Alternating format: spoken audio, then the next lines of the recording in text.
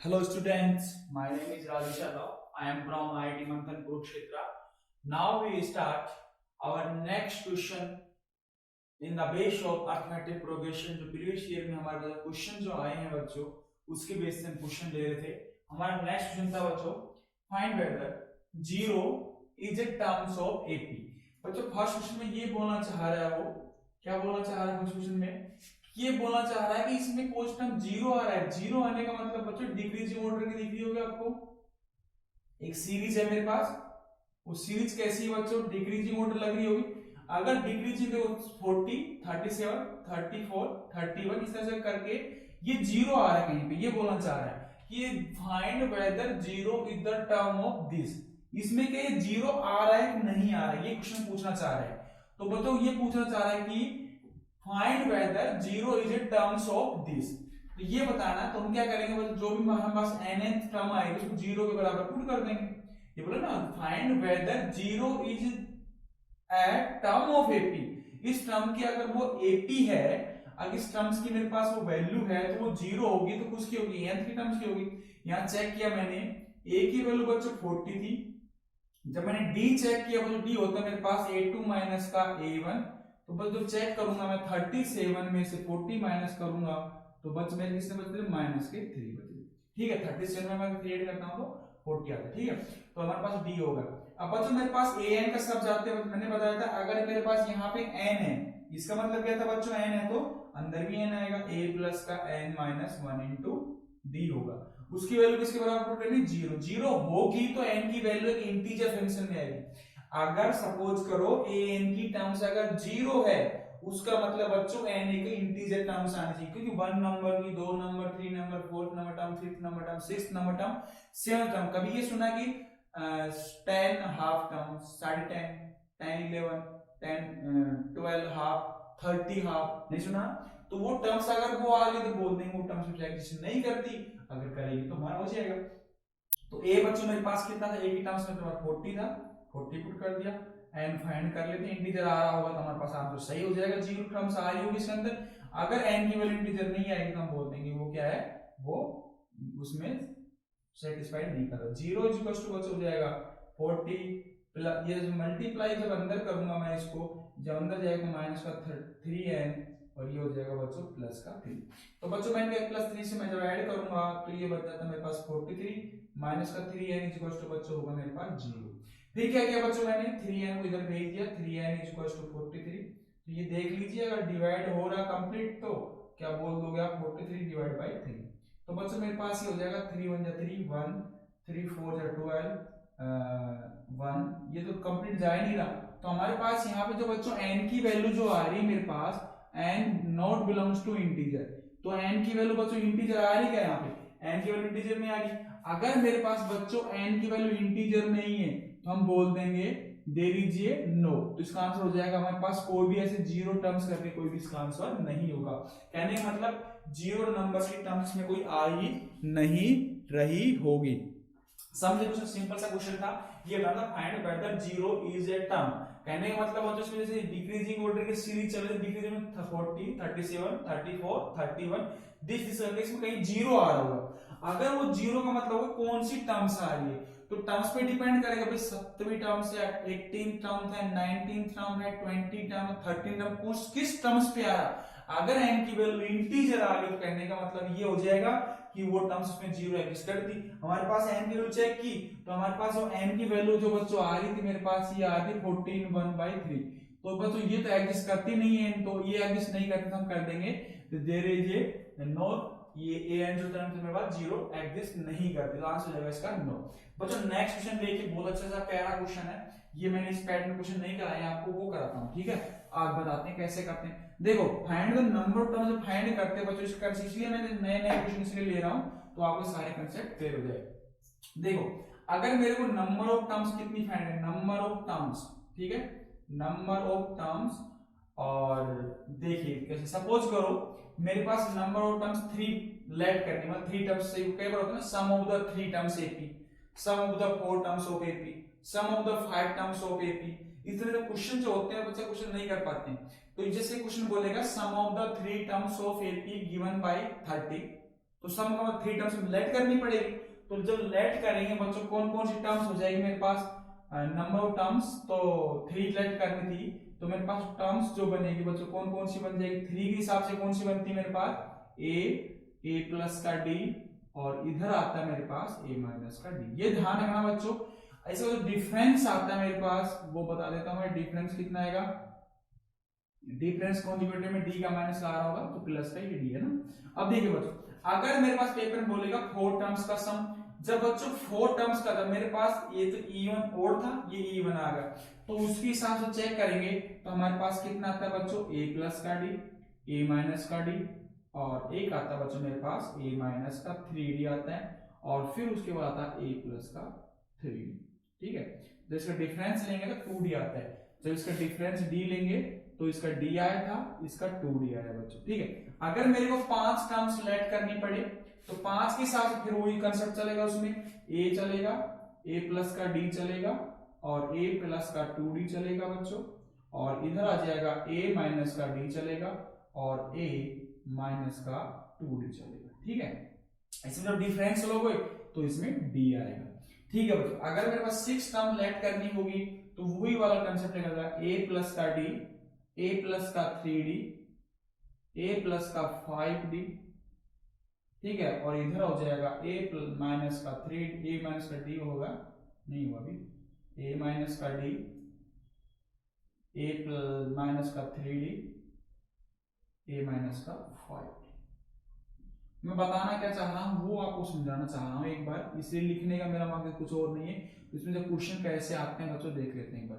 ठीक है, तो बच्चों तो पेपर में बोलेगा sum of the 3 terms, sum of the 3 terms let कर लेंगे, let 3 terms of AP, a minus का d, a प्लस का d। ये ध्यान रखना बच्चों, a माइनस का d इसकी फर्स्ट टर्म है, a इसकी सेकंड टर्म है, थर्ड टर्म्स इसकी a प्लस का d है। ठीक है, अगर 4 टर्म्स के बोलेगा तो a प्लस का d, a माइनस का d, a प्लस का 3d, a माइनस का 3d। अगर 5 टर्म्स बोलेगा बच्चों, a प्लस का d, a प्लस का 2d, a माइनस का d, a माइनस का 2d। अगर 6 बोलेगा तो कितना आ जाएगा मेरे पास, ये वाले टर्म्स हो जाएंगे। अब ये ध्यान रखने वाली बात ये बच्चों, जब क्वेश्चन में बोलेगा a माइनस का d, a d, अब देखो जब आपको बोलेगा सम ऑफ द 3 टर्म्स दे रखी है, प्रोडक्ट ऑफ द 3 टर्म्स दे रखा है, तो तब 3 टर्म्स को लेट करना पड़ेगा, a माइनस का d, a प्लस का d, तो 3 टर्म्स होगी। ये ध्यान रखना बच्चों, यहाँ पे देखो ये कितना है 3, ये कितना है 5, इनका ये देखो डिफरेंस हमेशा इसका देखो d रहेगा, हमेशा ओड नंबर का, हमेशा ऑलवेज ओड नंबर का, जो मेरे पास odd number terms, number of odd terms है उसका डिफरेंस हमेशा d रहेगा। अगर पेपर में मान लो भूल गए कि सर ने क्या बताया था कैसे करना, तो अब ये ध्यान रख लो कि अगर मेरे पास नंबर ऑफ अगर ओड टर्म्स है, ओड टर्म्स 3 है, 5 है, 7 टर्म्स है, 7 का पूछा नहीं, 3 का पूछेगा, 4 का बस, ये 5 इस चल जाता नहीं, अभी 3 4 तक गया, अभी 5 का जा सकता है, मुझे 3 मानना वैसे ही 5 का हो जाएगा। तो मैंने क्या बताया, अगर मेरे पास नंबर ऑफ टर्म्स अगर ओड लेनी है बच्चों तो क्या करना है, a माइनस का d, a प्लस का d। तो ध्यान रखना जब ओड टर्म्स रहेगी तो मेरे पास क्या हो जाएगा, डिफरेंस हमेशा किसका आएगा बच्चों, d का आएगा। जब मेरे पास बच्चों इवन टर्म्स रहे, जैसे इवन मेरे पास 4 है, जैसे मेरे पास क्या है 6 है, 4 और 6 है बच्चों, 4 और 6 कैसा होता है बच्चों, इवन होता है मेरे पास, ये इवन नंबर है ना, तो इवन के हिसाब से डिफरेंस कितना हो जाएगा बच्चों, 2d का आएगा। डिफरेंस कितना आएगा बच्चों, 2d का, ये ध्यान रखना। अगर जब बच्चों ओड नंबर में टर्म्स को लेट करवाए, ओड नंबर में आ जाए तो उसका डिफरेंस d होता है, इवन नंबर में आ जाए तो उसका ओड नंबर का डिफरेंस कितना होता है बच्चों, 2d होता है। ठीक है, इसके बाद देखते हैं क्वेश्चन, हमारे पास क्वेश्चन क्या पूछा है। अभी जो सेकंड क्वेश्चन था ये, इसलिए मैंने बताया आपको इसको अच्छी तरह से नोटबुक में नोट कर लेना, क्योंकि उसमें सिलेबस में कवर नहीं होता ये, उसमें हैवी नहीं टॉपिक्स, लेकिन इसमें क्वेश्चन आए हुए हैं।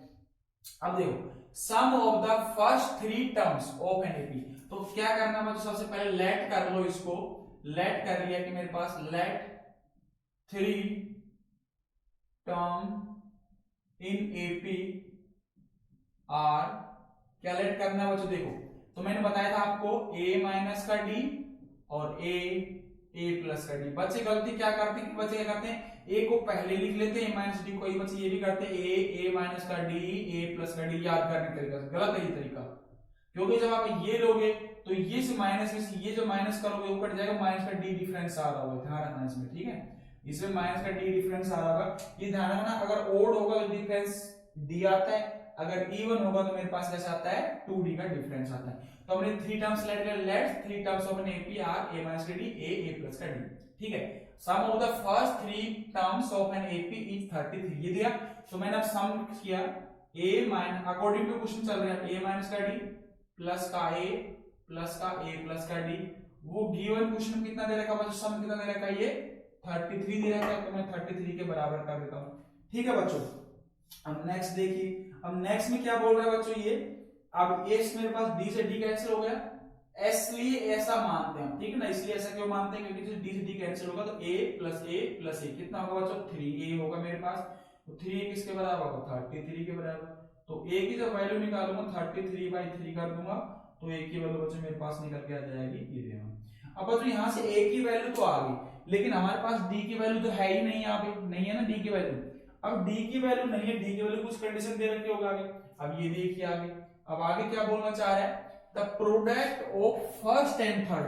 अगर किसी बच्चे ने गलती से ये फर्स्ट ये मान लिया होगा, सेकंड ये मान लिया होगा, a प्लस का d ये मान लिया, तो ये गलत हो गया, क्योंकि तो product of first and third, तो फर्स्ट एंड थर्ड तो ये होगा बच्चों मेरे पास, तो उसका आंसर भी गलत आएगा। तो ये बोला बच्चों product of first and third, तो product of first and third term, first and third term क्या हो रही बच्चों मेरे पास, term exceed the second term by 29, exceed the second term by 29। एक बार फिर देख लीजिए क्वेश्चन, ये बोला है product of first term a1 होगी मेरे पास, a1 का मतलब बच्चों ये मेरे पास a माइनस का d, इसको बोल रहा है मैंने a1, ठीक है, इसको बोल रखा है a2, इसको बोल रखा बच्चों a3, ये ध्यान रखना, ठीक है। फर्स्ट टर्म थी, तो product of first and third का प्रोडक्ट एक्सीड का मतलब बच्चों ज्यादा है द सेकंड टर्म बाय 29। अब देखिए जो फर्स्ट बच्चों मैंने मानी थी a माइनस का d, थर्ड मानी थी बच्चों a प्लस का d, ठीक है, और बच्चों a2 मेरे पास a है और ये हो जाएगा 29। बच्चों ये सब जानते हैं a माइनस का b a प्लस का b क्या होता है मेरे पास a स्क्वायर माइनस का d स्क्वायर, फॉर्मूला बन जाएगा ये, और a प्लस का 29। बच्चों हमने क्या निकाला था, यहाँ से a निकाला था, अब a की वैल्यू पुट कर देता हूँ यहाँ पे, तो a की वैल्यू बच्चों मैंने 11 निकाली थी, तो 11 का स्क्वायर माइनस का d का square is equal to 11 plus का 29। तो जब सोल्व करेंगे 9 प्लस 1 10, 1 2 1 3 4 40 आ रहा होगा, ठीक है, 40 हो गए। अब बच्चों ये 1 का स्क्वायर कितना होता है 11 का 121 होता है, माइनस का d स्क्वायर। अब डी स्क्वायर को मैं उधर भेज देता हूं, डी स्क्वायर इज टू बच्चों हो जाएगा मेरे पास 121 माइनस का 40, ठीक है। अब बच्चों इसमें से 40 माइनस के कम करने हैं, ठीक है, तो डी स्क्वायर मेरे पास कितना आ जाएगा देख लेता अभी, और डी की से रूट ले लेते, ठीक है। तो डी जो बच्चों मेरे पास आएगा 121 है, 40 माइनस करना था, तो ये तो बचेगा 1, और बच्चों ये होगा तो मेरे पास 12 में से 4 गया तो 8 बनेगा, ठीक है, तो मैं ये ले लेता हूँ। तो बच्चों जो मेरे पास ये वैल्यू आएगी डी की, रूट जब पता है आपको रूट में कैसे आती है वैल्यू प्लस माइनस की, तो डी की वैल्यू बच्चों मेरे पास आ जाएगी प्लस माइनस की 9। अब बच्चों गलती क्या करते हैं बच्चे, क्या करते हैं पेपर में प्लस के लेके आ जाते हैं, तो वो एक नंबर काटने का उसका हक है, कैसे हक है वो देख लेते हैं। तो हमारे पास ए की वैल्यू बच्चों मैंने 11 निकाल दी, और बच्चों डी की वैल्यू मैंने प्लस माइनस का 9 निकाल दी, ठीक है। जब बच्चों देखिए जब मैंने ए की वैल्यू अगर डी की वैल्यू प्लस का जब मैंने डी की वैल्यू प्लस की 9 लूंगा, ठीक है, तो ये समझ में बैठेगा फर्स्ट 3 टर्म्स को लेट के a माइनस का d a प्लस का d होगा मेरे पास, ये करके मैंने a निकाल दिया था बच्चों। अब ये देखना हमारे पास जो क्वेश्चन था, क्या था क्वेश्चन मेरे पास, अब ये d आ गया। अब बच्चों a की वैल्यू तो मैंने 11 निकाली थी, a कितना आया था बच्चों 11 आ गया। अब d की वैल्यू बच्चों 2 आ रही है, अगर d की वैल्यू ऊपर तो आ रही है प्लस की 9 और माइनस की 9, तो मैंने क्या किया बच्चों a की वैल्यू 11 ले लेता हूं और d की वैल्यू प्लस की 9 यूज करता हूं, ठीक है, कितनी यूज करता हूं प्लस की 9, ठीक है, प्लस की 9 यूज कर लिया मैंने। तो जो मेरे पास 3 टर्म्स थी a माइनस का d था बच्चों, a प्लस का d था बच्चों, ठीक है। तो मेरे पास इसके हिसाब से तो a 11 हो गया और प्लस का 9 पुट किया 9 कर दिया, और a की वैल्यू बच्चों मेरे पास 11 है ही, 11 प्लस का 9 कर दिया। तो हमारे पास 3 टर्म्स को लेट करके कितना जाएगा 7 प्लस का 2 करेंगे तो 9 होता है मेरे पास, सॉरी 7 में ना 2 बचेगा ना, और ये बच्चों 11 हो गया, ये कितना बनेगा बच्चों 20 बनेगा। तो 3 टर्म्स कौन कौन सी हो जाएगी 2 11 इन्हें सम करके देखो 33 आ रहा है, नहीं आ रहा, 20 10 30 1 31 32 33 33 आ रहा सम, ये मतलब प्रूफ हो रहा है। ठीक है, सही आ रहा है, तो ये आपका आंसर होगा। दूसरा एक बार -9 लेके बताता हूँ कैसे लेते हैं। सेकंड केस में क्या करेंगे बच्चों, सेकंड केस में क्या करेंगे, a की वैल्यू प्लस की 11 दे ही रखी थी, वो तो कोई प्रॉब्लम थी नहीं। d की वैल्यू क्या लेंगे बच्चों, -9। तो हमारे पास था a माइनस का d, a बच्चों और a प्लस का d। ठीक है, तो a की वैल्यू 11 थी बच्चों, माइनस का 9 करूंगा मैं यहाँ पे, और ये 11 था ये बच्चों, और ये 11 माइनस का 9। तब ये देखिए बच्चों इसमें डिफरेंस कहाँ पे आ रहा है, 11 प्लस का 9 कर दिया मैंने, 11 कर दिया, और ये बच्चों बचेगा 2। ठीक है, अब ये देख लेते हैं एक बार, तो ये बच्चों मेरे पास 20 बन रहा है, ये 11 बन रहा है, ये बन रहा है 2। अब जो देखो इसमें कोई डिफरेंस लग रहा है, ये बच्चों इंक्रीजिंग ऑर्डर की आ रही है। कैसी आ रही है, इंक्रीजिंग का मतलब होता है पहले 2 था, फिर 11 बढ़ा हुआ, उससे 20। इसमें बट 20 के बाद कितना आ रहा है बच्चों, इसको बोलते हो डिक्रीजिंग ऑर्डर से। तो ये भी आंसर सही है आपका, और ये भी आंसर ठीक है। इसके बाद नेक्स्ट क्वेश्चन देखते हैं, नेक्स्ट क्वेश्चन में क्या करना है हमको बच्चों। नेक्स्ट क्वेश्चन देख क्या बोलना चाह रहा है, डिवाइड 32 इंटू 4 पार्ट। अब देखो वहां पिछले जो क्वेश्चन किया था हमने, उसमें बोला था सम ऑफ द 3 नंबर, 3 कैसा था ओड, यहाँ पे कैसा आएगा even. Divide 32 into 4 parts which are in AP. तो पहले क्या बता बच्चों, मैंने आपको बताया था कैसे करने के लिए। अगर मेरे पास नंबर 4 है तो कैसे करना होता है, तो आपको मैंने उसका डिफरेंस 2d आना चाहिए। तो 2d के लिए बताया था मैंने a माइनस का 3d, और बच्चों a माइनस का d, a प्लस का d, a प्लस का 3d, ये बताया था बच्चों। डिफरेंस करके देख लीजिए, इसमें से करोगे -2d आ रहा है, इसमें से करो 2d आ रहा है, इसमें से ये करो तो कितना आ रहा है बच्चों, 2d आ रहा होगा डिफरेंस। ठीक है, इससे ये माइनस करो तो प्लस का बनेगा 2d आ जाएगा। ठीक है, तो ये लेट कर लिया मैंने 4 टर्म्स। ठीक, कितनी कर ली, let 4 terms in AP, 4 terms in AP.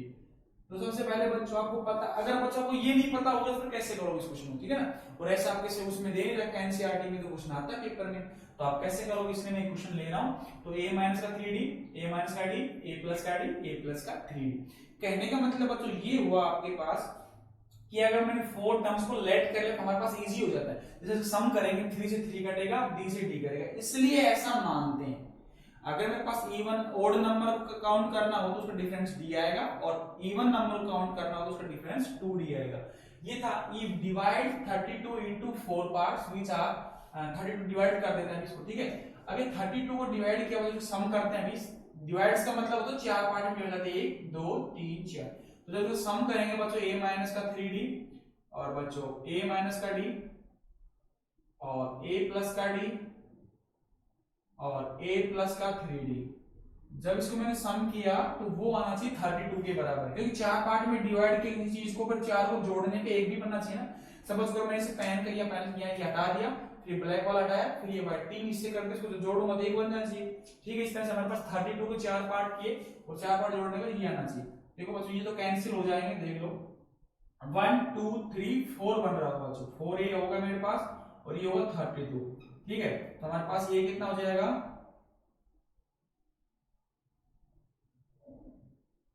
8। ठीक है, तो a की वैल्यू कितनी होगी बच्चों 8 होगी। अब दूसरी कंडीशन देखते हैं क्या दे रखी है दूसरी कंडीशन। ठीक है, अब दूसरी कंडीशन क्या बोला, such that the product of extreme.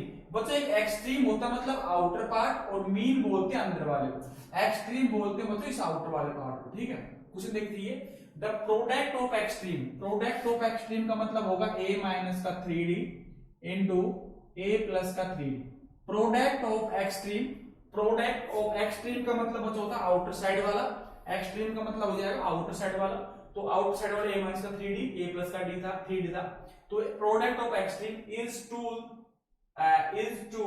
The product of the mean. Product of the mean का मतलब अंदर वाले पार्ट, अंदर वाला पार्ट ये है और एक ये। तो प्रोडक्ट ऑफ अंदर पार्ट का ये जो मेरे पास दे रखा a माइनस का d, a प्लस का d, और बच्चों वो दे रखा मेरे पास रेशियो में 7/5, 15 है ना, ये दे रखा चौका 7/15। फिर देख लीजिए प्रोडक्ट ऑफ एक्सट्रीम, ये किया मैंने to the product of the mean is this. To का मतलब रेशियो फॉर्मूला, मतलब इसका रेशियो इसमें। तो इसको जब आप जानते सब a माइनस का b, a प्लस का b क्या होता है, a माइनस का b, ए प्लस भी सब जानते हैं, ए स्क्वायर माइनस का ये भी सब जानते हैं, ये फॉर्मूला लगा दूंगा मैं, तो ये हो जाएगा मेरे पास ए स्क्वायर। बच्चे गलती क्या करते हैं, तो 3d स्क्वायर लिखते गलत, 3 का भी स्क्वायर होगा ना, तो 3d का भी स्क्वायर जो मैं करूंगा ऐसे ऐसे लिखना है, फिर आपको लिखना है, तो ये बच्चे गलतियां करते हैं, मैं बता देता हूँ, ए स्क्वायर माइनस का डी स्क्वायर, फिर इसको मैं लिख देता हूँ ए स्क्वायर माइनस का 9d square upon a square minus का D square is equal to 7/50, ये होगा बच्चों। अब यहां से बच्चों मैंने a की वैल्यू 8 पुट कर देता हूं यहाँ पे, जब 8 पुट करूंगा तो मेरा 64 माइनस का 9d स्क्वायर अपॉन बच्चों मेरे पास हो जाएगा 64 माइनस का d square is equal to बच्चों 7/15 होगा। क्रॉस मल्टीप्लाई कर लीजिए इसको, तो बच्चों ये हो जाएगा 15 इंटू 64 माइनस का 9d square is equal to 7 times of 64 minus का d स्क्वायर। तो जब उसको रीअरेंजमेंट करोगे तो आपके पास d निकल के आएगा, जो d निकल के आएगा मेरे पास वो कितना आएगा बच्चों, d निकल के आएगा आपके पास प्लस माइनस का 2 करके देखना, कैलकुलेशन कर लेना, इसकी ज्यादा कुछ है नहीं इसमें, तो d जो निकल के आएगा बच्चों यहाँ से आएगा प्लस माइनस का 2 निकल के आएगा, करके देखना, कैलकुलेशन है क्योंकि इसमें टाइम बर्बाद नहीं करेंगे हम। तो हमारे पास ये जो निकल के आया था d की वैल्यू आ गई प्लस माइनस की 2 और a की वैल्यू आ गई प्लस की 8। तो अब हमारे पास जो सीरीज पूछी उसकी वैल्यू पुट कर देंगे यहाँ पे, तो एक बार मैं d की वैल्यू प्लस का 2 लूंगा, एक बार माइनस, ठीक है। सबसे पहले क्या करना होगा, 4 टर्म्स को डिवाइड करना था 4 पार्ट्स में, कोई संख्या दे रहे 32 क्या डिवाइड देगा, तो a माइनस का 3d, a माइनस का d, a प्लस का d, a प्लस का 3d। ऐसा इसलिए लिया बच्चों कि जब ऐड करते हैं तो d वाला कैंसिल हो जाता है, तो a बचता है, एक निकल हमारे पास आसान हो जाता है, एक टर्म्स निकल गई, दूसरी जो इसमें पुट करेंगे दूसरी कंडीशन से हमारे पास d की वैल्यू आ गई। तो बच्चों ये तो आपके पास था a और d की वैल्यू, तो अब इसमें पुट कर देता हूं कितने कितने वैल्यू आ, देखो बच्चों मेरे पास a तो आ गया मेरे पास 8 और d की वैल्यू जो बच्चों मैं प्लस की 2 लेता हूं, देखते कितना आ रहा है इसमें, तो इसके हिसाब से बच्चों 8 माइनस का 3 इंटू 2 कर दूंगा, और बच्चों ये 8 माइनस का d की वैल्यू 2 ले रहा हूं, और बच्चों 8 प्लस का 2 हो जाएगा, और ये बच्चों हो जाएगा 8 प्लस का 3 इंटू 2 हो जाएगा, ठीक है। तो बच्चों ये हो जाएगा 8 माइनस का 6 हो गया, और ये 6 बच गया, 8 प्लस का 2 10 होगा बच्चों, और ये 8 प्लस का 6 होगा, तो ये बच्चों मेरे पास 6 गया, तो 2 बच जाएगा, 2 6 एंड 10, और ये हो जाएगा बच्चों इसका 14 हो जाएगा, ठीक है। तो ये मेरे पास सीरीज है, देखो ये 2 के बाद 6, 6 के बाद 10, 10 के बाद 14, तो ये इंक्रीजिंग ऑर्डर बोलते हैं, इसको क्या बोलते हैं बच्चों, इंक्रीजिंग ऑर्डर। अब जब d की वैल्यू नेगेटिव लूंगा तो क्या करेंगे बच्चों, उसमें क्या कर देंगे, d की नेगेटिव के हिसाब से वो क्या हो जाएगा, डिक्रीजिंग ऑर्डर सीरीज आएगी, उल्टी आएगी उसकी। तो मेरे पास a माइनस का 3d था, a माइनस का d था, a प्लस का d था, और a प्लस का 3d था बच्चों। जब a की वैल्यू मैं ले रहा हूं बच्चों प्लस की 8 और d की वैल्यू ले रहा हूं माइनस का 2, तो पुट कर दीजिए यहाँ पे a की वैल्यू 8 माइनस 3 इंटू माइनस का 2, और बच्चों इसमें जब पुट करेंगे a की वैल्यू 8 माइनस ऑफ माइनस का 2, जब इसमें पुट करेंगे 8 प्लस माइनस का 2, और बच्चों इसमें 8 प्लस 3 इंटू माइनस का 2, जब इसमें पुट करेंगे बच्चों तो हमारे पास कितना आता है वो देख लीजिए। जब मैं इसे सोल्व करूंगा तो 8 प्लस का ये 6 बन जाएगा मेरे पास, और ये 8 प्लस का 2 बन जाएगा, और बच्चों ये बन जाएगा 8 माइनस का 2 बन जाएगा, 8 माइनस का 6 बन जाएगा। अब उल्टा करना आ जाएगा तो हमारे पास ये 2 बच रहा होगा, ये 6 बच रहा होगा, ये 10 बच रहा होगा, ये 14 होगा। तो देखिए बच्चों ये जो सीरीज बन रही है मेरे पास, उसके बाद देखो कम जा रहा है ना इस तरह से, तो ये डिक्रीजिंग ऑर्डर, इसको बोलते हो डिक्रीजिंग ऑर्डर का, डिक्रीजिंग ऑर्डर का बच्चों सीरीज, और ये बच्चों मेरे पास कैसी है, इंक्रीजिंग ऑर्डर की, ठीक है। तो ये मेरे पास क्वेश्चन था, इस तरह क्वेश्चन आते हैं, मैंने 2-3 क्वेश्चन ले लिए, ये बहुत अच्छे क्वेश्चन थे, आप इसे ट्राई करना, इस तरह क्वेश्चन बहुत सारे क्वेश्चन मिल जाएंगे आपको, मैं उसमें अपडेट भी कर दूंगा ऑफलाइन टेस्ट वाले में, तो उसमें ये क्वेश्चन आ जाएगा आपके पास, ठीक है। तो कैसे हल करना, ओड के लिए मेरे पास डिफरेंस डी आता है, और इवन के लिए मेरे पास डिफरेंस कितना आता है, 2d का, ठीक है बच्चों। अभी नेक्स्ट क्वेश्चन देख कितना प्यारा क्वेश्चन है, लेकिन कांसेप्ट अगर आपने ये सीख लिया तो पता चल जाएगा, ठीक है। तो अब देख लेते हैं एक बार, तो ये था देखो बच्चों, सेकंड क्वेश्चन में ये बोला बच्चों कोई 3 टर्म्स दे दी कॉन्जुगेटिव लगातार, कॉन्जुगेटिव का मतलब होता है जो लगातार, ठीक है ना, कंटिन्यूअसली। तो ये बोलता डिटरमाइन द के की वैल्यू फाइंड करने की, 1 2 ये 3 टर्म्स है बच्चों मेरे पास, कैसी आ रहा, 3 conjugative terms of an AP, किसमें है, एपी में। अगर बच्चों सपोज करो मेरे पास, ये पहले समझाना चाह रहा हूं मैं, है तो इसी की वजह से क्वेश्चन, अगर मेरे पास 3 टर्म्स है, मान लो ए बी और सी, मान लेते ये किसमें बच्चों, एपी में, सब जानते हैं एपी में, है ना। ये क्वेश्चन मैं बता रहा हूँ। तो इस तरह से हमारे पास ये ए मान लेंगे, बी मान लेंगे, सी मान लेंगे। फिर अब कैसे करते हैं वो बताता हूँ अभी आपको। देखो अगर मान लिया मैंने कि लेट कर लिया कि मेरे पास 3 नंबर थे ए, बी और सी, किसमें बच्चों, एपी में। तो एपी में क्या होता है बच्चों, मेरे पास डिफरेंस बराबर होता है, मतलब a2 माइनस का a1 इस तरह से होता है ना, आप जानते हो। a3 माइनस का a2, ये सब में क्या होता है a4 माइनस का a3, ये d होता है ना, आप सब जानते हो चीजें। तो सिमिलरली मैं इसमें अप्लाई कर दूंगा। तो सिमिलरली इसमें कैसे अप्लाई करूंगा बच्चों में, ये तो मैं आपको समझाने के लिए बताया कैसे, ठीक है।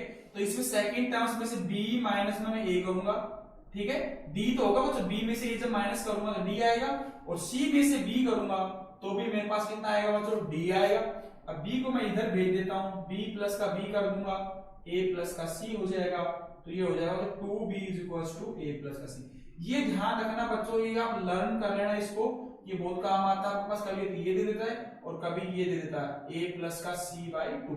तो दोनों में से कोई सा भी यूज करे आपके पास, ये आपको आना चाहिए। ये इसको आपको लर्न करना है, ठीक है। ये आप लर्न कर लें, ठीक है। इंपॉर्टेंट है आपके हिसाब से, क्योंकि ना अगर डायरेक्ट नहीं पता किसी बच्चे को डायरेक्ट अप्लाई कर लेना। तो अगर मेरे पास 3 नंबर से मान लो a, b और c, वो किस में बच्चों, AP में। अगर 3 नंबर AP में हो तो 2b equals to a plus का c। सिमिलरली इसमें अप्लाई करता हूं, मैं मान लेते a, b, c। तो ये मेरे पास अगर 3 कॉन्जुगेटिव किसमें बच्चों, AP में। 3 कॉन्जुगेटिव AP का मतलब हो जाएगा बच्चों 2b equals to a plus का c में कर देता हूं, ठीक है। तो मेरे पास a, तो ये मेरे पास होगा a, ये होगा बच्चों मेरे पास b, ये होगा बच्चों मेरे पास c। तो वैल्यू पुट करते हैं। तो 2b का मतलब बच्चों ये हो जाएगा मेरे पास 2k स्क्वायर प्लस का 3k प्लस का 6 कर दिया, उधर a प्लस का c। तो a बच्चों मेरे पास दे रहेगा k स्क्वायर प्लस का 4k, k square plus 4k plus का 8 होगा मेरे पास, प्लस का c जब करूंगा बच्चों उसमें से 3k square plus 4k plus का 8। अब कुछ नहीं करना बच्चों, एडिटिंग कर दीजिए। जब ये करेंगे बच्चों इस तरह क्वेश्चन आपके ऑब्जेक्टिव पेपर में आता है, ठीक है। इसको मल्टीप्लाई कीजिए तो ये हो जाएगा 4k स्क्वायर बच्चों, ये 6k होगा, ये होगा 12। इसको कर लीजिए k स्क्वायर और k 3k से कितना होगा, 4k स्क्वायर होगा बच्चों। ये 4 प्लस 4 कितना हो जाएगा बच्चों, 8k हो गया। 8 प्लस 8 कितना होगा, 16 हो गया। जो भी कैंसिल और कैंसिल, 4k स्क्वायर कैंसिल होगा बच्चों। ये बच्चों देखिए अभी 12 हो गया, 16 होगा, ठीक है। क्या कर दिया मैंने, a प्लस सी करना था ना, a प्लस सी। a में मेरे पास 8 है और इसमें कितना कितना बच्चों 4 है ना। 8 प्लस 4 कितने होते हैं, 4 रखना नहीं पता, 3k स्क्वायर 4k प्लस 8 नहीं है 4, ठीक है। तो ये था बच्चों मेरे पास। तो 8 प्लस का 4 कितना होता है, 12 होता है, ठीक है। तो ये बच्चा बच गया मेरे पास। तो मतलब 12 से 12 भी कट रहा है मेरे पास यहाँ पे। ये 6 था बच्चों, ये 8 है, तो मैं अगर उसको उधर ले जाऊंगा तो कितना बचेगा, इधर 0 बच जाएगा, उधर 8k माइनस 6k कर दूंगा तो k कितने बचेगा, 2k बचेगा बच्चों 0 के बराबर। तो k किसके बराबर हो जाएगा, 0। या तो बच्चों हमारा 0 है, मान लो यहाँ पे मैं 8 दे देता आपके पास, ये 0 समझ गए, यहाँ पे क्वेश्चन खत्म होगा। तो बोलेगा 3 नंबर आर कॉन्जुगेटिव। 3 नंबर जब कॉन्जुगेटिव में होंगे तो 2b बराबर a प्लस का c अप्लाई करना है। ये आपको अच्छी तरह से लर्न कर लेना। अगर बच्चों देखो, अगर k की वैल्यू निकालनी थी, मैंने क्या किया, यहाँ पे 8 कर देता हूँ आपको समझाने के लिए। चलिए कमर खत्म हो चुका है, 8 किया मैंने मान लो। तो जब यहाँ पे 8 करूंगा बच्चों, मैं यहाँ पे 8 करूंगा तो मेरे पास ये 8 होगा तो कितना हो जाएगा, 8 प्लस 8 कितना हो जाएगा, 16 हो जाएगा बच्चों। जब 16 हो जाएगा यहाँ से तो क्या करेंगे हम, यहाँ से 16 होगा तो हमारे पास तो दूसरा मेथड बन जाएगा इसका, ठीक है ना। तो ये तो बच्चों बनेगा उधर तो 2k बन जाएगा उधर, और ये 4 बन जाएगा ना, तो 0। तो यहाँ से 2k is equal to minus का 4 और k की वैल्यू कितनी आ जाएगी, -2। ये क्वेश्चन कैसे कर सकते, k की वैल्यू 0 जरूर को हमेशा 0 आए, ठीक है। मैंने वैल्यू चेंज कर दी, यहाँ पर 8 कर दिया, 8 कर दिया, मैं पेपर में ऐसा क्वेश्चन दे सकता हूँ, ध्यान रखना। तो k था मेरे पास, तो 8 चेंज कर दिया मैंने, तो किया तो हमारे पास -2 आ गई, कोई बात नहीं। अब नेक्स्ट क्वेश्चन देखते हैं क्या करते हैं। नेक्स्ट क्वेश्चन में इस तरह क्वेश्चन है बच्चों। चलिए बच्चों नेक्स्ट क्वेश्चन देखते हैं क्या बोलना चाह रहा है। The sum of the first 6 term of an AP is 42. Ratio of its 10th term to its 30 term is 1:3. Calculate the first and 13th term of an AP. तो 13th है बच्चों मेरे पास, 13 नहीं 13th है, ठीक है। अब ये देखते कहते हैं कैसे, आपने बताया था अगर मेरे पास सम दे रखा हो, क्या दे रखा हो बच्चों, ये याद कर लेना। अगर मेरे पास सम की कुछ भी वैल्यू दे, मान लीजिए मेरे पास 4 है स्क्वायर प्लस का 2n ये दे दिया मान लो प्लस का 3, ठीक है। अगर मेरे पास टर्म्स पूछे जैसे nth टर्म पूछे तो an इक्वल टू होता है मेरे पास sn माइनस का 1, ये डायरेक्ट कर सकते हो आप। अगर मान लो किसी क्वेश्चन में n की फॉर्म में sn के दे रखा हो, ये इंपॉर्टेंट है आपके लिए बच्चों, ये ध्यान रखना, ये वेरी वेरी इंपॉर्टेंट है। ये मैंने उसमें थ्योरम नहीं, क्योंकि उसमें आया नहीं तो क्वेश्चन मैं कैसे कराऊंगा, ठीक है। उसमें सिलेबस से बेस करने, लेकिन इस बेस पे क्वेश्चन कंपटीशन में और ऑब्जेक्टिव क्वेश्चन जो उसमें बहुत हेल्प होते हैं। अगर पेपर दे देगा सम ऑफ द सीरीज दे देता कोई भी, एक बार तो पूछेगा find the nth term, nth का मतलब 7th पूछेगा, 6th पूछेगा, फिर पूछे हम उसके हिसाब से पुट कर। सपोज करो उसने पूछा 7th टर्म बताइए, तो 7th का मतलब हो जाएगा इनको 7 पुट कर दीजिए, 7th माइनस ये 6 हो जाएगा, 7 में से एक 6 बच गए, तो अब ये 6 तो sn तो सेम रहेगा, sn माइनस 1 कैसे निकालोगे, तो sn माइनस 1 का मतलब होगा n के स्थान पे n माइनस 1 पुट कर दो, s माइनस 1 हो जाएगा 4 n माइनस 1 का square plus 2 into n minus 1 plus 3। फिर देखिए एक बार क्या करना है आपके पास, कोई भी सम ये गिवन मिलेगा आपको, मान लीजिए गिवन दे रखा है, गिवन में सम दे रहा है किसी सीरीज का, तो उसका nth टर्म पूछे, nth का मतलब 7th term, 6th term, 5th term, 9th term, 11th term, 13th term, तो ये हो जाता है मेरे पास sn माइनस 1, तो sn तो मेरे पास दे रखा है, sn माइनस 1 कैसे निकालते हैं, उसकी जगह n माइनस 1 पुट कर दूंगा, रिप्लेस कर दूंगा, तो मेरे पास ये sn आ जाएगा, दोनों को माइनस कर दूंगा तो मेरे पास an आ जाएगा, ठीक है। ये कंसेप्ट ध्यान रखना, याद लिख लेना अपनी नोटबुक में, शॉर्ट नोट में जो भी लिखते हो आप, वहां पे आपके आंसर आ जाएंगे, ठीक है। अब हम क्वेश्चन करते हैं, तो फर्स्ट जो क्वेश्चन दे रखा बच्चों, क्या बोल रहा है क्वेश्चन में, ये बोल रहा था sum of the first 6 term, क्या बोल रहा है बच्चों, फिफ्थ के हिसाब से, फिफ्थ क्वेश्चन के हिसाब से क्या बोला था, sum of the first 6 term, तो सम ऑफ द 6 टर्म कितना मिलेगा, sum of the first 6 term of an AP is 42, ये दे रखा बच्चों, ठीक है। द रेशियो ऑफ द, ये सेकंड आ जाइए, the ratio of the 10th term, ratio of the 10th term to 30 term है ना, ये पूछ रहा है सम ऑफ द, ये ratio of the 10th term to 13th term, तो 13 का मतलब होगा एक 10 का मतलब 10 कर 13 टर्म्स कितना दे रखा बच्चों 1:3, ये दे रखा मेरे पास।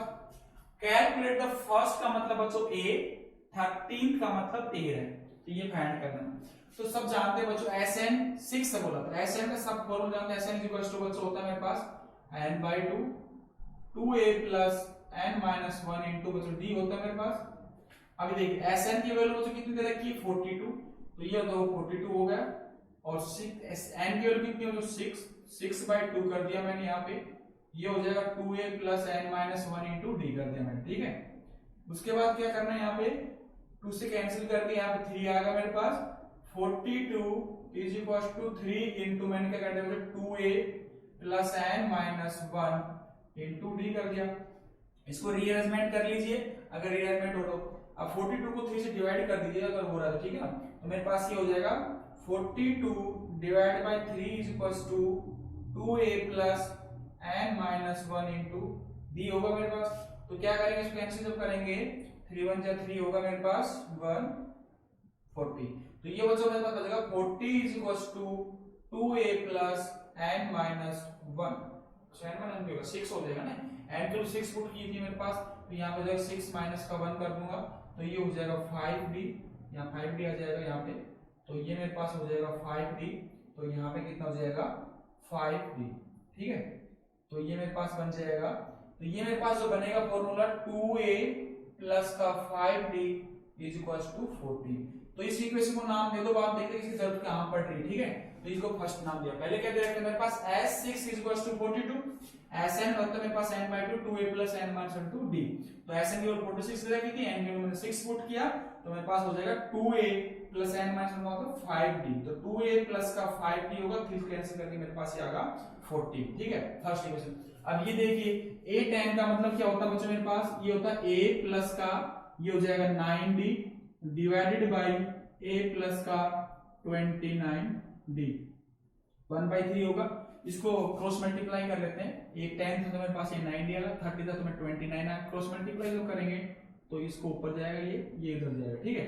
तो ये 3 हो जाएगा मेरे पास, 9 प्लस 9 इंटू 3 करेंगे 27 हो जाएगा, ये d होगा मेरे पास a प्लस का 29d। देखिए तो कैंसिल कर लीजिए, ये 3a था, ये a है मेरे पास, कितना हो जाएगा 3a में से ये गया तो 2a बच जाएगा इधर। मैं उधर शिफ्ट कर रहा हूँ d को, तो 29d था मेरे पास, ये 27d होगा। तो 3 में से करेंगे तो बच्चे 2a हो जाएगा मेरे पास, 29 दो जाएगा कितना हो जाएगा 2d, ठीक है। तो होगा, ठीक है, 2 से 2 कैंसिल कर दी, तो a की वैल्यू किसके बराबर आ गई बच्चों, यहाँ पे d के बराबर आ गई। इसका मतलब क्या है बच्चों, पूछा क्या था मेरे पास a बराबर d आया है मेरे पास, लेकिन इसमें इक्वेशन यूज करूंगा तो मेरे पास दो इक्वेशन बन गई, फर्स्ट एंड सेकंड। फिर देख लीजिए एक बार, तो मेरे पास s6 दे रखा था 42, मैंने सन का फॉर्मूला लगाया, ये रिलेशन निकाला 2a + 5d 14 कर दिया मैंने। फिर रेशियो दे रखा 10 टर्म्स का 30 टर्म का 1/3, क्रॉस मल्टीप्लाई करके a की बराबर d। अब मैंने फर्स्ट और सेकंड इक्वेशन को यूज करना, from first and second, from first and second. जब मैं पहली और सेकंड इक्वेशन को यूज करूंगा फर्स्ट एंड सेकंड को, तो मेरे पास सेकंड इक्वेशन थी 2a प्लस का बच्चों 5d = 14 था। अब इसमें a की वैल्यू d के बराबर कर दीजिए, तो a बराबर d दे ही रखा मेरे पास, अभी निकाला क्वेश्चन के हिसाब से। तो अब a और d की वैल्यू जब मैं पुट करूंगा इसके अंदर, तो कितना हो जाएगा 2a प्लस का 5a = 14। तो 2 प्लस का 5 कितना होगा 7a = 14। तो a की वैल्यू कितनी हो जाएगी 14/2, कितना हो जाएगा 7, ठीक है। सॉरी 7 डिवाइड होगा तो 2 आ जाएगा मेरे पास, ठीक है। a की वैल्यू कितनी आ गई 2, तो a बराबर मेरे पास 2 आएगा, d भी कितना आ जाएगा 2 हो जाएगा। अब पूछा क्या था क्वेश्चन के साथ, देखते हैं। क्वेश्चन में पूछा था फाइंड द, सॉरी क्या पूछा था, फर्स्ट टर्म कितनी हो जाएगी 2, तो 2 आंसर होगा।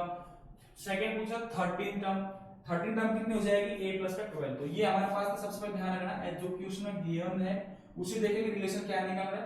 दूसरा जो रेशियो दे रखा है, रेशियो में देखेंगे कि बच्चों क्या दे रखा है, क्रॉस मल्टीप्लाई करके a की d के बराबर किया मैंने, फिर मैंने वहां से a और d निकाल दिया। अब पूछा क्या था मेरे पास फर्स्ट टर्म, तो फर्स्ट टर्म सब जानते हैं a1 होती है मेरे पास, तो फर्स्ट टर्म के लिए क्या करोगे यहाँ पे, तो फर्स्ट टर्म मेरे पास हो जाएगी, फर्स्ट टर्म बोलते हैं a1 को, a1 किसके बराबर होता है a के बराबर, मैंने ये निकाल दिया 2।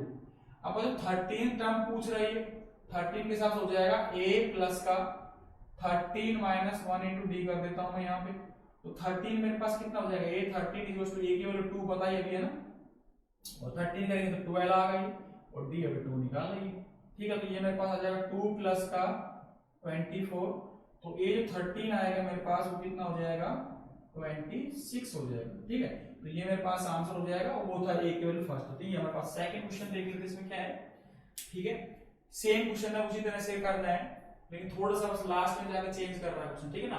द रेशियो ऑफ द, ठीक है। इसके बाद 6 को जो क्वेश्चन था वो क्या बोलना चाह रही है हमारे पास, अब 6 देख लेते हैं एक बार क्या बोलना चाह रहा है उसमें,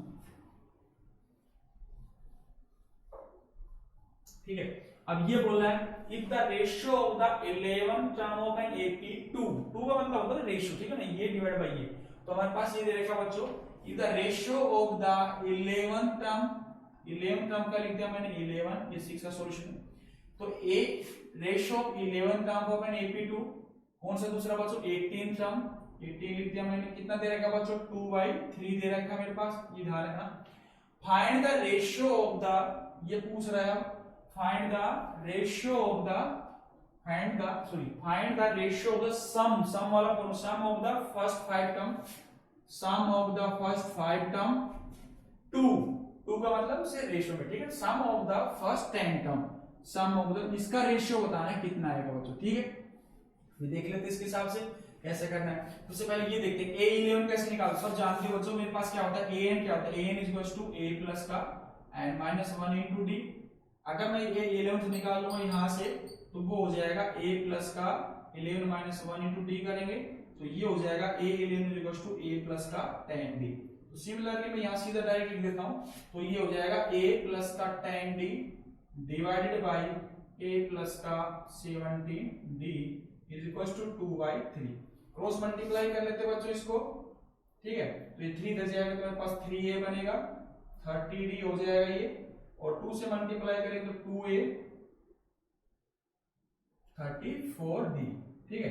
कैंसिल करें तो कैंसिल, और ये देखो 2a, ये 2a है ना, जब इधर आएगा मेरे पास तो ये बच जाएगा a, 3 में से 2 आ a, ठीक है। अब 30 को मैं उधर भेज देता हूँ, 30 जब उधर भेजेंगे 34 था d, और ये 30d हो जाएगा। तो बच्चों जब यहाँ से निकालेंगे a की वैल्यू, तो ये मेरे पास हो जाएगा 30 मतलब 4d, ए की वैल्यू किसके बराबर आ गई बच्चों 4d के बराबर है। करते हैं क्वेश्चन। तो 3 था, 3 में से 2 गया तो मेरे पास एक ए बच गया, 30 उधर जाएगा तो 34 में 30 गए तो 4 आ गए, a इक्वल्स टू 4d। अब क्वेश्चन देख लेते हैं हमारे पास। अब ये आप सबको पता है Sn का फॉर्मूला क्या होता है, Sn इक्वल्स टू होता है मेरे पास n/2 और ये होता है मेरे पास 2a plus n minus 1 into D. ठीक है, पुट कर लेता हूं जो भी पूछा था। 5 पूछा था इसमें, तो मेरे पास देख लेता भी S5 का मतलब क्या होता है, S5 इज इक्वल टू हो जाएगा 5/2। ठीक है, 2a प्लस n माइनस का मतलब 5 माइनस का 1 इंटू डी, ये होगा बच्चों। अब इस तरह से S10 निकाल लीजिए। S10 कितना होता है मेरे पास 10/2 और 2a plus 10 minus 1 into D. ठीक है, अभी देखते हैं क्या आ रहा है। अब देखो, अब कैंसिल करना है तो डिवाइड वाला कर सकते हैं, अगर नहीं करना चाहो तो देखते हैं भी आगे। तो ये 5/2 था बच्चों, नीचे चल जाएगा और ये जो 10 था 2 ऊपर चल जाएगा। ठीक है, 10 नीचे रहेगा और 2 ऊपर चल जाएगा। ठीक है, ये पता आपको। उसके बाद देख लेते हैं बच्चों अंदर क्या क्या बचेगा मेरे पास, अंदर बचेगा 2a प्लस, तो ये बचा 5 में से बन रहा है तो मेरे पास 4d बच गया, 4d डिवाइड बाय कितना बच जाएगा ये 2a प्लस का 9d बच गया यहाँ से ना। अब इसके बाद देखते हैं क्या आ रहा है मेरे पास, 2 से 2 कैंसिल होगा, 5 2 जा 10, ये भी कर रहा है तो 1/2। तो S5 डिवाइडेड बाय S10 कितना हो जाएगा बच्चों 1/2 हो गया। ठीक है, अभी वो देख लेता हूं। अब देखो बच्चों, यहाँ से 2a प्लस का 4d, हमको d से ऐसे कुछ लेना देना ही नहीं है, तो हम a की वैल्यू 4d पुट कर देते हैं यहाँ पे, है ना। तो a की वैल्यू क्या कर रहा हूँ, 4d की वैल्यू पुट कर दे, 4d तो नहीं होगा, हम a को कैंसिल करते हैं ना, a की वैल्यू 4d पुट कर देता हूँ यहाँ पे। तो a की जगह मैं क्या कर देता हूँ बच्चों 4d कर देता हूँ, तो मैं 4d पुट कर दी यहाँ पे और वहां पे 4d पहले से ही था। ठीक है, अब नीचे देख लेते हैं। अब नीचे क्या था बच्चों मेरे पास 2a, a की वैल्यू 4d के बराबर है और बच्चों 9d, तो 9d रहने दो। ठीक है, अब सोल्व कर लेते हैं इसके हिसाब से जो भी आएगा हमारे पास। तो ये देख लेते हैं एक बार, 2 प्लस का 2 इंटू 4 कितना होगा 8d होगा मेरे पास, 1/2 कॉमन था पहले से, तो ये हो जाएगा मेरे पास 4 इंटू 2 8d। ठीक है, और प्लस का ये 4d चल ही रहा है मेरे पास, और नीचे कितना बचेगा बच्चों नीचे देख लेते हैं अभी, तो ये मेरे पास होगा 8d और प्लस का 9d बचेगा। ठीक है, अभी देख लेते कैंसिल क्या क्या हो रहा है मेरे पास। तो बस जो मेरे पास लास्ट में आएगा S5 अपॉन S10। ठीक है, ये जो मेरे पास बनेगा 1/2। अब ये देख लेते कितना सम बन रहा है, 8 प्लस का 4 कितना होता है 12 होता है मेरे पास ना, 12d। ठीक है, और उसके बाद नीचे होगा मेरे पास 17। ठीक है, 70d कर दिया मैंने। अब जो d से d कैंसिल हो रहा है, अब 2 से भी कैंसिल कर दीजिए, तो ये हो जाएगा मेरे पास 12/70 इंटू 1/2 चल रहा था, ये हो जाएगा 6, तो ये आ जाएगा मेरे पास 6/70। तो हमारे पास ये जो रेशियो आया बच्चों मेरे पास लास्ट में जो पूछा था क्वेश्चन में, ये पूछा था S5 अपॉन S10 का 16 देखो अच्छा, हमको जरूरत नहीं है a और d अलग अलग क्यों निकालना है, हमको a इक्वल्स टू d में रिलेशन निकाल लेते हैं और d में पुट कर देंगे। अगर आप अलग अलग निकालने बैठे तो बहुत लंबा चल जाएगा क्वेश्चन। तो 8 and 11/18 दे रहा है, 2/3 से क्रॉस मल्टीप्लाई करके रिलेशन निकाल के a और d में जो पूछा था उसमें a और d का रिलेशन पुट कर देंगे, तो हमारे पास आ जाएगा 6:17। फिर देखते हैं नेक्स्ट क्वेश्चन में कैसे करना है।